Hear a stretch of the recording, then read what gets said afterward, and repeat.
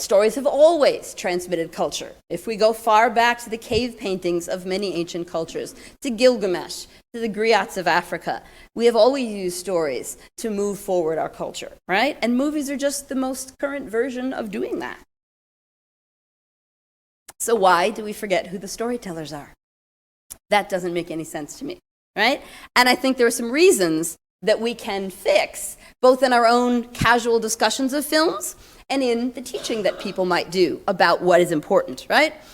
One of the first things I've discovered in my research is this issue of unreliable narrators. Often we find when people are interviewed to discuss films, they choose not to credit anyone who will take away their own fame. So this is one of the most egregious quotes. Alfred Hitchcock, who everyone seems to recognize, you say you're watching a Hitchcock film, but he did not write any of his films. He had many other writers who worked for him. This photograph is a woman named Eve Ensel, and she's from the early 1920s in Hollywood. At one point, she was sent to England to work in the studio there. And she trained this young man who knew nothing about how films were made.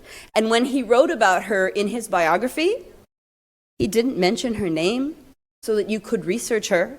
He only said a middle-aged American woman.